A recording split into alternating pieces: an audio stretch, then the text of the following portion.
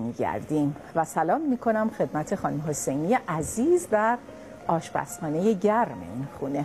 سلام عرض میکنم خدمت حال شما چطوره؟ خیلی ممنون. شما خوب هستید؟ قربون شما، خیلی ممنون. همینطور یک سلام مخصوص خدمت همه بینندگان عزیز. این ایام رو به همه شما عزیزان تبریک میگم.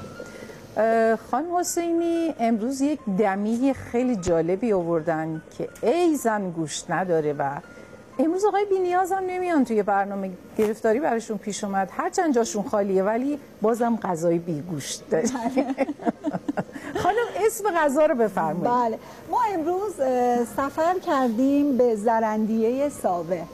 زرندیه ساوه تقریبا میشه گفت نزدیک تهران هستش و یک غذای خیلی قدیمی و سنتی و خوشمزه و جذاب داره به نام دمیک. دمیک همون از جزو دمپختک های ماست که اکثر شهرهای ایران به نامهای مختلف میگن ولی همشون هم جذاب و خوبن. این خیلی خاص بود، دوست داشتم بیام و معرفی کنم.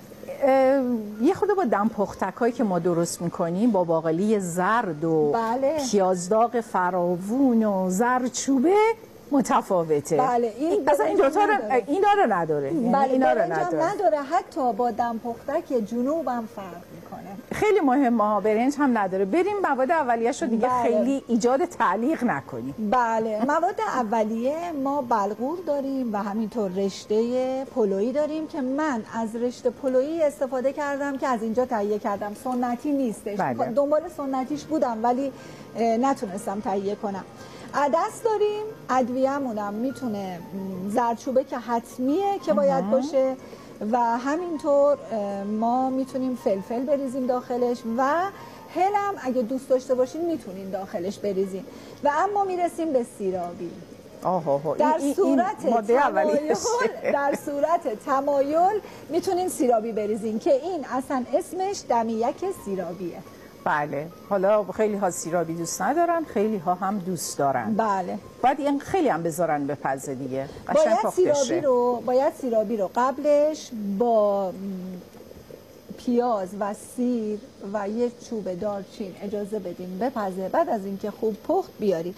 اصلا فکر نکنید. اجازه خانم، من همیشه برای اینکه بوی سیرابی خیلی نپیچه توی خونه، چون خیلی بو داره سیرابی. بله. چند تا برگ بو هم میندازم توش. بله، اونم خیلی خوبه ولی بعد از اون ممکنه بازم بو داشته باشه. توی ظرفی شما اگه الان فصل پرتقال و نارنجه آب پر کنین، پرتقال نارنج رو بریزین داخلش، اگه دوست داشتین دارچین هم داخلش بریزین، بذارین روی گازتون بجوشه تا بویو بگیره.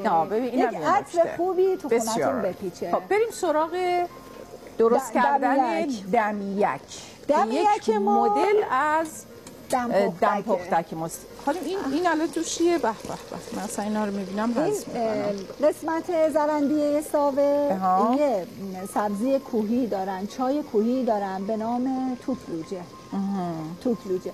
من با قوزه گل سرخ قاطی کردم. قوزه گل سرخ همیشه من پدرم وقتی باغ گل سرخ دارن، وقتی که میچینن اینا رو همه رو جمع میکنن چون برای قند و چربی خیلی عالیه، سرشار از کلسیومه. الانم موقعشه.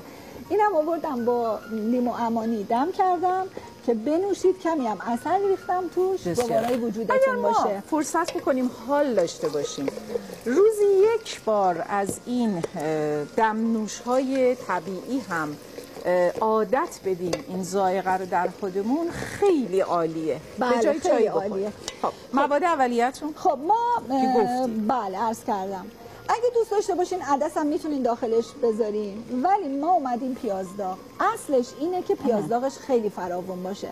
زرندیه ساوه کلا یه روستا نیست تا این پیاز داره سرخ میشه. من چند تا توضیح بدم. بفرمایید. روستاها به نام رضی‌آباد، قاسم‌آباد، شکرآباد، تقلیدآباد، صدرآباد، خیلی روستا زیاد داره. نصیرآباد، حکیم‌آباد، امیدوارم، میدونم چند تاشو جا انداختم اشکالی نداره، خیلی‌هاشو نام بردیم. گفتم بله چند تاشو جا انداختم، با عرض معذرت اگه اونایی که جا انداختم ازتون عذرخواهی میکنم. میدونم که برنامه ما رو نگاه میکنین، عزیزانی که تماشاگر برنامه ما هستن با افتخار خوشحال میشیم که به 10513 پیامک بدن و بگن که برای زرندیه ساوه هستن و اسم روستاهاتون رو بگین و بگید واقعا این دمیک رو دارید یا ندارید، الان هم میخورین یا نمیخورین. آفرین، شما اهل ساوه که نیستی؟ نه خیر ساوه اشکال نداره اصلا. نه چه اشکال داره؟ آخه الان من داشتم فکر میکردم روستاهای اطراف شهرمون چه چیزهایی هست، داشتم من فکر می‌کردم مثلا میتونم الان 6 7 تاشو نام ببرم، الان باید فکر کنم تا آخر برنامه بهتون بگم. دقیقا من میدونین وقتی که برنامه که میام خودتون که اطلاع داریم من محقق غذا هستم و تحقیق میکنم راجع به غذا. الان که تحقیق که کردم دیدم روستاها اینن و قبلش هم که بیام هی گوشیمو داشتم نگاه میکردم که اشتباه نگیر همشو نام ببر. خب اول پیازا رو میذاریم سرخ بشه، یه بوته یا 2 بوته، هر اندازه که دوست داشتین، هر چقدر بیشتر باشه خوشمزه تر مثل دم پختکای خودمون 50 گرم 100 گرم هر چقدر که دوست داریم. قبلش ما بلغور گندم رو خیس کردیم. چند ساعت خیسش کردیم؟ چند ساعت؟ من 3 ساعت بیشتر. 3 ساعت بیشتر خیس کردیم و میریزیم داخل همین. این میشه چند پیمانه پلو خوری؟ اگه من به قاشق میتونم به شما بگم که مثلا قاشقی باشه، هر قاشق از بلغور خیس شدهش 7 گرمه. هر قاشق چند گرم؟ خب الان من کلا که دارم الان اینو درست میکنم هر نفر 160 گرم بابا چقدر پیچیدش کردی، بگو چند تا پیمانه پلو خوری تکلیف ما رو روشن کن. به هر نفر یک دونه یه پیمانه پلو. آخه البته پیمانه های پلوپز برای هر نفر یک پیمانه کافیه. 3 پیمانه ما برای 3 نفر، برای 4 نفر 4 پیمانه. دقیقاً هر نفر بازم این جوری که بگیم پیمانه نیست، باید ببینیم چقدر میخورن، چقدر دوست دارن مثلا بخورن، اندازه اشتهاشون. 2 نفر هستن 2 پیمانه، خودم زیاد میاد شام میخورن، چقدر سختش میکنه. خیلی هم عالی، انقدر این غذا خوشمزه است که خیلی راحت. یعنی میگه 2 پیمانه با این همه ملاتی که توش میره 2 نفر میشن. بستگی داره 2 تا آقا باشن، بله، یه خانوم و یه آقا باشن یا 2 تا خانوم باشن، فرق میکنه.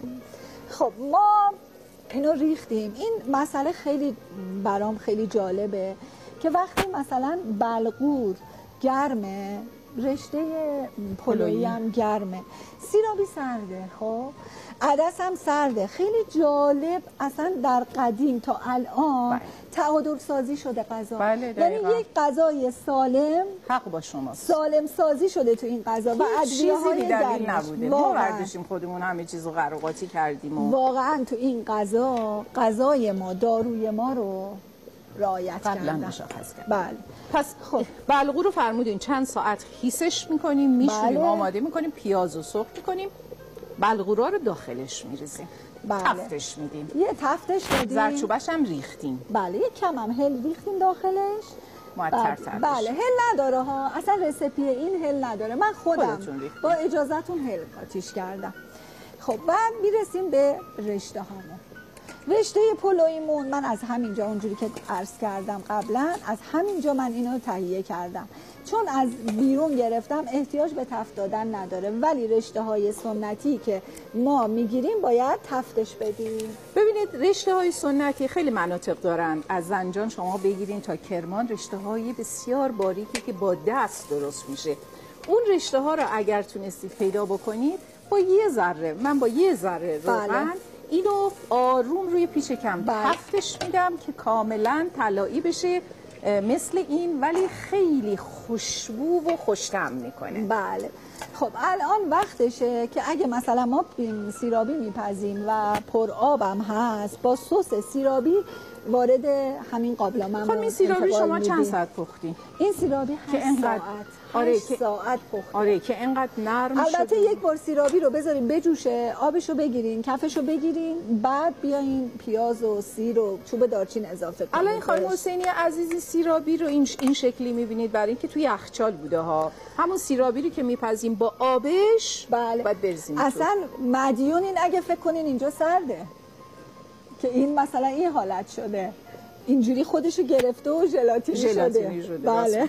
این میزان آبی که بلغور لازم داره مثل برنجه؟ بله. یعنی ما مثل برنج. یک پیمانه پلوخوری معمولا میگن 2 پیمانه آب لازم داره اگر برنجمون خیس نشده باشه. بله. اینم همونطوره. درسته. بلغور هم ولی این خیس شده، به خودش آب گرفته. شما زیاد. بله. حالا ما داخلش آب جوش میریزیم تا این بجوشه و یه دمیک خیلی خوشمزه رو به ما بده. البته یه مسئله اولش که من رسیدم پیازداغ رو اینجا انجام دادم، منتها با روغن محلی، حتی تو رسپیشونم روغن محلی دارم. ببینید وقتی آب جوش میریزم روش سیرابی مشخص میکنه. جو سیرابی اگر نخواستیم سیرابی بریزیم بهتره چیز دیگه اضافه نکنیم، چون فکر میکنم این به اندازه کافی خودش پروتئین لازم رو داشته باشه. هم عدس داریم، به هر حال رشته داریم، بلغور داریم. اصلا اسم این چون سیرابی آوردم اسمش دمیک سیرابیه که آوردیم.